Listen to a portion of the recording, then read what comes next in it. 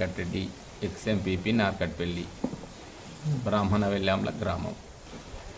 మీ గ్రామంలో గతంలో మీరు పార్టీ అధికారంలో ఉన్నప్పుడు ఏమేమి పనులు చేశారు సార్? అధికారంలో ఉన్నప్పుడు గతంలో తెలుగుదేశం ప్రభుత్వం ఉన్న పీరియడ్లో 66 పెన్షన్లు ఉన్నాయి. వీటిని 566 పెన్షన్లు రాజశేఖర రెడ్డి ముఖ్యమంత్రిగా ఉన్నాడు, నేను ఎంపీగా ఉన్నాడు, మా కోమటిరెడ్డి బ్రదర్సు ఎంపీ ఒక గోపాల్ రెడ్డి, ఎమ్మెల్యే గారు వెంకటరెడ్డి గారు ఉండరు. వారి సహకారంతో బ్రాహ్మణ వెల్లంల గ్రామంలో పట్ల మొత్తం డ్రై అయ్యి నీళ్లు లేని పరిస్థితిలో ఊళ్ళో ఒక్కటే బోరు ఉంటే ఆ బోరుకు సొంత డబ్బులు పెట్టి కూడా బోరు నీళ్ళు లేని పీరియడ్లో నీళ్లు దాపడం జరిగింది. ఎస్సీ హాస్టల్ కూడా బ్రాహ్మణ వెల్లంలో వెంకటరెడ్డి గారి సహాయ సహకారాలతో ఎస్సీ హాస్టల్ కట్టేయడం జరిగింది. కోమటిరెడ్డి బ్రదర్స్ సొంత నిధులతోని ఎస్సీ కాలనీలో 35 మంది లబ్ధిదారులకు భూమి కొని ఇందిరమ్మ ఇల్లు కింద 70,000 వస్తే వారి సొంత డబ్బులు ₹1,00,000 1,50,000 పెట్టి ప్రతి ఒక్కరికి 37 ఇండ్లు కట్టేయడం జరిగింది. సీసీ రోడ్లే కాదు, మన బ్రాహ్మణ వెల్లంల ఉదయ సముద్రం ప్రాజెక్టు కూడా, ఎందుకంటే ఈ ఏరియాల్లో తాగుతందుకు కూడా నీళ్ళు లేని పరిస్థితుల్లో అప్పుడు రాజశేఖర రెడ్డి గారిని తీసుకొచ్చి కోమటిరెడ్డి వెంకటరెడ్డి గారు ఒప్పించి ఈ బ్రాహ్మణ వెల్లంల ప్రాజెక్ట్ అనేది 1,00,000 ఎకరాల ఆయకట్టుకు వాటరుతో కాకుంటూ ఈ ఏరియా మునుగోడ్,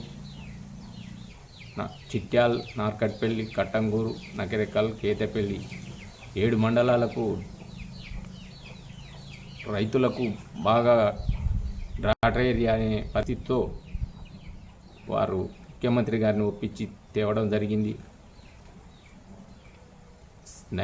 70% అయిన ప్రాజెక్టుని తెలంగాణ ఇచ్చిన కాంగ్రెస్ని కూడా కాకుండా చంద్రశేఖరరావు గారికి ఓట్లేస్తే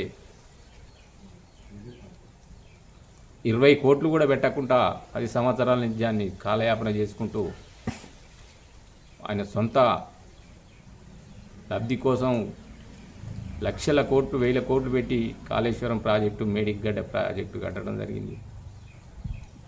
ఈ ఒక్క ప్రాజెక్టు 600 కోట్లతోనే 1,00,000 ఎకరాలు పడుతుంది. కానీ ఆయన అన్ని 1,000 కోట్లు పెట్టినా కానీ ఆడ ఇప్పటికి 1,00,000 ఎకరాలు పరిచిన పరిస్థితి లేదు. దాన్ని జనాలందరూ కూడా ఆలోచించి ప్రభుత్వాన్ని సాగనంపడం జరిగింది.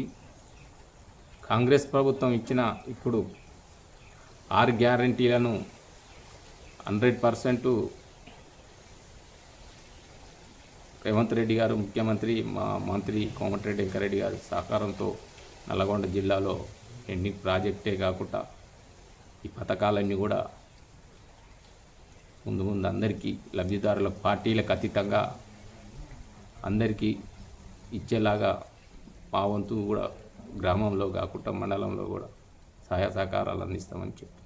అయితే గతంలో రీసెంట్ ట్రయల్ నిర్వహించారు బ్రాహ్మణ ప్రాజెక్టు. అది బీఆర్ఎస్ ప్రభుత్వం మేమే పూర్తి చేసి మేము ట్రయల్ నిర్వహించాం, తొందరలో కంప్లీట్ చేస్తామని చెప్పి చెప్పింది ఎలక్షన్ల ముందులో కూడా. అయితే కోమటిరెడ్డి వెంకరెడ్డి గారు తన జన్మదిన వరకు ప్రాజెక్ట్ దగ్గర జరుపుకుండు.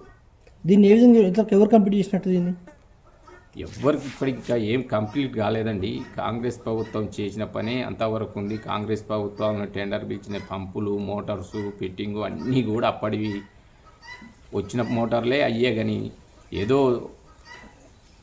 మేము చేసినామని దానితోని వాళ్ళు గొప్పగా చెప్పుకుందామని, కానీ ప్రజలు మన ఎలక్షన్లలో ఎప్పుడు లేని మెజార్టీ నల్గొండ జిల్లాకు మొత్తానికి కూడా ఇచ్చి 11 మందిని గెలిపించడం జరిగింది. దాని ద్వారానే కేసీఆర్ కాదు టీఆర్ఎస్ ప్రభుత్వం ఎవరు కూడా మేము చేసిన దానికి మూల్యం చెల్లించక తప్పిందని వాళ్ళే అర్థం చేసుకోవాలి. కానీ ప్రజలు చేసిన దానికి అని అనుకుంటారు.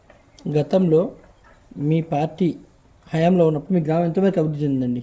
సీసీ రోడ్లు కానీ, డ్రైన్లు కానీ దాదాపు మ్యాక్సిమం చేసినాం. ఈ పొద్దున కొన్ని చేసిరు, దానికి నేను కూడా ఏం చేయలేదని ఏమంటలేం. కానీ ప్రభుత్వం ఉన్నప్పుడు ఏ అయినా ఎవరమైనా మన సొంత ఇంట్లోకి కాదు చేసింది. దానికి వెళ్ళి మేమున్న హయాంలో కూడా నేను కూడా అన్నీ చేసిన మంత్రి గారి సహకారంతో. అప్పుడు మంత్రి గారు కూడా ఉండే, 2 ఎమ్మెల్యేలు ఉండే ఎంపీ ఉన్నారు.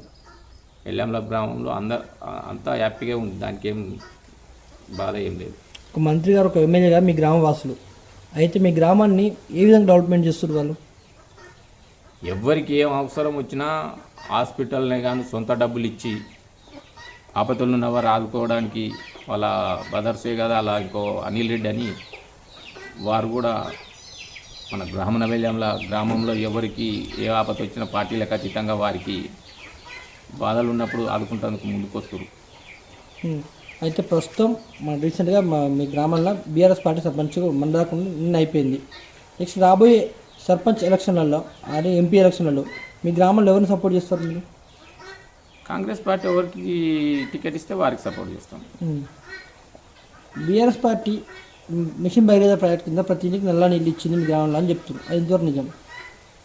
బ్రాహ్మణ వెల్లంల గ్రామంలో నేను చెప్పేది కాదు, గత ప్రభుత్వంలో ప్రతి ఒక్క ఇంటికి కాంగ్రెస్ ప్రభుత్వంలో నీళ్ళు ఇవ్వడం జరిగింది.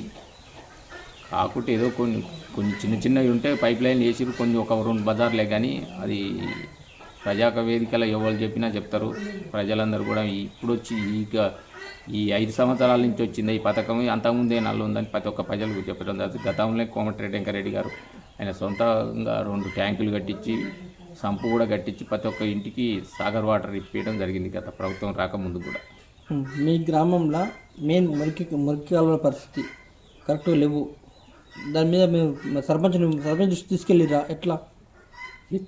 ప్రజలు ఆయన కూడా ప్రజలలో ఉంటేనే కాదు, ఎక్కడో ఉంటాడేం కాదు, ప్రజలు చెప్పిన దానికి మ్యాక్సిమం కొంచెం చేసిండు. మా సహకారం మేము చేసినాం, వారు చేసేవి కూడా వారు చేసిండు. మీ గ్రామంలో ప్రజాపాలన కార్యక్రమం అనేది నిర్వహించకపోయాయని చెప్పి ప్రజల ఆరోపణ అండి. మన గ్రామ సభలు నిర్వహించలేదు, గ్రామ సభలు నిర్వహించకపోవడం వల్ల మేము వారి ఇష్టం వచ్చినట్టు చేసుకుర్రు, మాకు ఇంటిమేషన్ లేకుండా అనేసి ఒకటి చెప్తుర్రు, అది ఎంతవరకు నిజం? అది ప్రజలు చెప్పిన దానికి అది ప్రజలనే దానికి అంటే మీరు గ్రామంలో లీడర్ కదా, అంతకుముందు ఉన్నాము అంతా అనుకున్నంత లేదు, కాకుంటే కొన్ని ఉన్నాయిలే ఉండొచ్చు. దానికి ఏంటంటే ప్రభుత్వం ఉన్నది కాబట్టి ఇక ఎమ్మెల్యే కూడా అధికార పార్టీకి పోయింది కాబట్టి ఎందుకు ఎదురు మాట్లాడాలనే దానితో వాళ్ళు అడగకపోవచ్చు, కానీ అడగకుండా కొన్ని అభివృద్ధి పనులు చేసిరు, దాంట్లోనే వేరే అభ్యంతరం ఏం లేదు. తిరిగి మీకు పార్టీ అవకాశం ఇస్తే స్థానిక సంస్థల ఎన్నికల్లో ఎంపీటీసీ కానీ జెడ్పీటీసీ సర్పంచ్ కానీ పోటీ చేసే అవకాశం ఉందా? పార్టీ ఆశీర్వదించి టికెట్ ఇస్తే చేయడానికి రెడీగా ఉన్నాం. ఒకవేళ మీరు మీ గ్రామాన్ని ఇంకే విధంగా ముందుకు తీసుకోదలుచుకున్నారు అభివృద్ధిలో? విద్య అనేది దాదాపు మ్యాక్సిమం బ్రాహ్మణ వెల్లంలో కోమటిరెడ్డి బ్రదర్స్ వారు అలా మన సుశీలమ్మ దాని మీద సొంత డబ్బులు పెట్టి 15-20 లక్షలు పెట్టి సొంత బిల్డింగ్ కట్టించడం జరిగింది, సొంత టేబుల్ అన్నిటికీ చేసి, ఇంకా కూడా ఏమన్నా విద్యా గురించి అవసరం ఉంటే మా సహాయ సహకారాలు మంత్రి గారితో ఎల్లంల గ్రామ ప్రజలకి అవసరం ఉన్నా చేయడానికి రెడీగా ఉన్నాం. ప్రస్తుతం మీరు గెలిపించిన ఎమ్మెల్యే వేముల వీరేశం మీకు అందుబాటులో ఉంటుందా?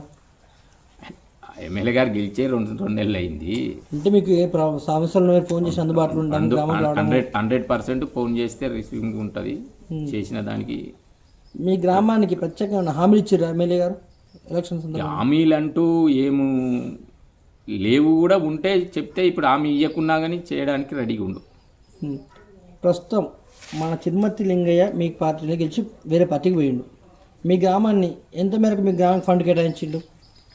సొంతం ఫండ్ అని ఎమ్మెల్యే ఫండ్ ఉంటుంది కదండి, ఎమ్మెల్యే ఫండ్ అని స్పెషల్గా ఏం కేటాయించింది ఏం లేదు.